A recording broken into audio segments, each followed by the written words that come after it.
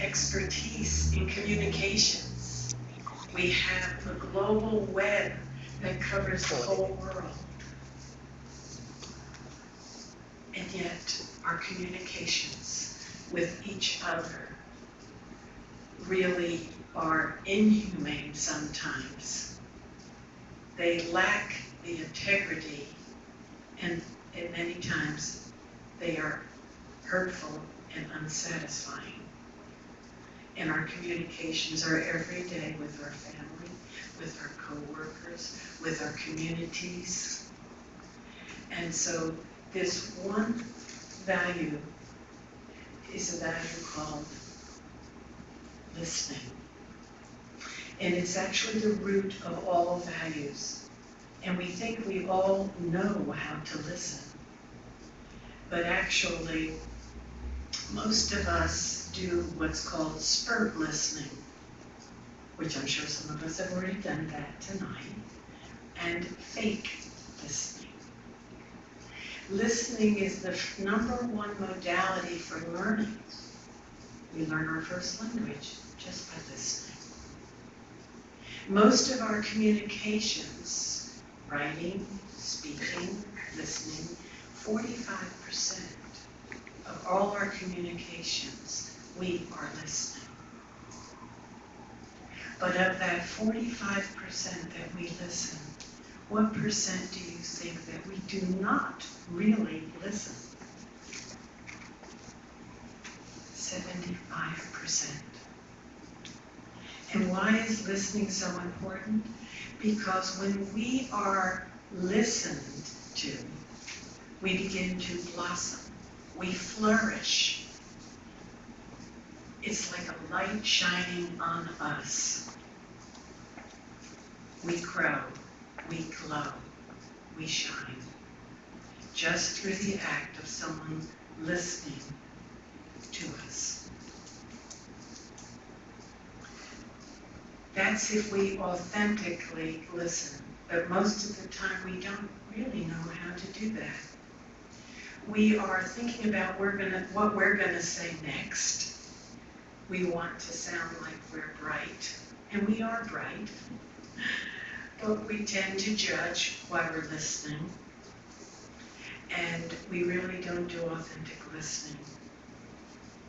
What would our conversations be like if instead of looking for people that have similarities, if we sought out people with differences? We would learn a lot more, and we would all come closer as well. One of the most beautiful things about listening for me is that we don't have to have our minds linked together as long as our hearts are linked together so that we can heal the nations that we all come from. And so listening gives us this opportunity to do this. I'm talking about real, authentic listening. Listening from the heart. So I want to tell you a story. I did a project on listening for 3 years. I was just fascinated by this. It's actually a gift of love. And when someone is listened to, there's a healing that happens. Many times when we're going through challenging situations in our life, we go to a friend and we tell them our story. Do we really want advice? No, we really don't. When you go to a friend, you just want to be listened to. Because when someone listens from the heart, with the feelings, with the eye contact, gestures, there's a healing that happens. The person who's speaking is able to touch their own wisdom by the listening that we platform the conversation on.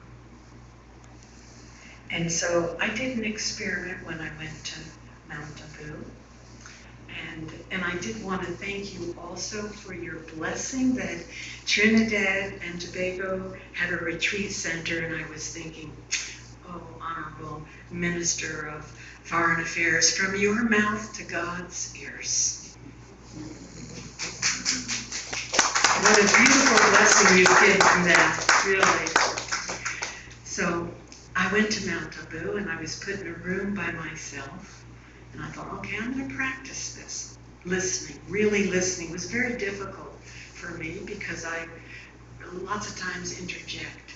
And if you look at the word listen and jumble up the letters, it spells another word. Anyone want to guess? Silent. The first rule of listening is to be silent, not to talk. Talk through your eyes, your body language, your features. This is how we really, really listen to each other. So I was put in a room by myself, and they put another sister in my room who was the head of a country. And she came in and she said, oh, you know, I don't know why I'm here. Last year I came and it was so terrible. I had such a bad time. I knew I shouldn't have come. Well, one of the tools of listening is that you do not rescue. How many of you are rescuers? Most of us are. You know, we want to help, and so we say, it's okay, it'll get better. Let me tell you what happened to me. I was in a situation similar. Does that sound familiar? We want to rescue. But there's a really profound way to rescue our brothers, our sisters, and that is just to listen and give feelings. So she said all of this, and I just, for 20 minutes, she kept talking, and she was standing, and so I just stood there like, and I was truly listening, not with my ears, I was listening with my heart, walking in her shoes.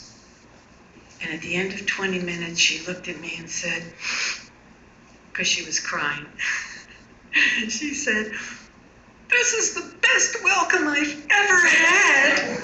I promise you, this is a true story. And so I thought, well, this is good. I am on a roll. And so I went to lunch the next day, and usually sisters sit with sisters and brothers sit with brothers, but I was going to push the envelope. And I sat with a brother across from me from Australia who I knew was a talky brother. And we sat there during all of lunch, and he talked. And just every once in a while I would go, really? Just so he would know I wasn't dead. But I really was listening. And that was the end of that. And I said, well, nothing has come from that. Okay.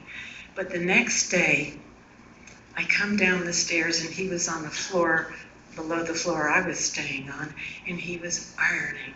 And he said, Sister Dorothy, I just want you to know that was the best conversation I've had in years. And I thought, my gosh, it really does work.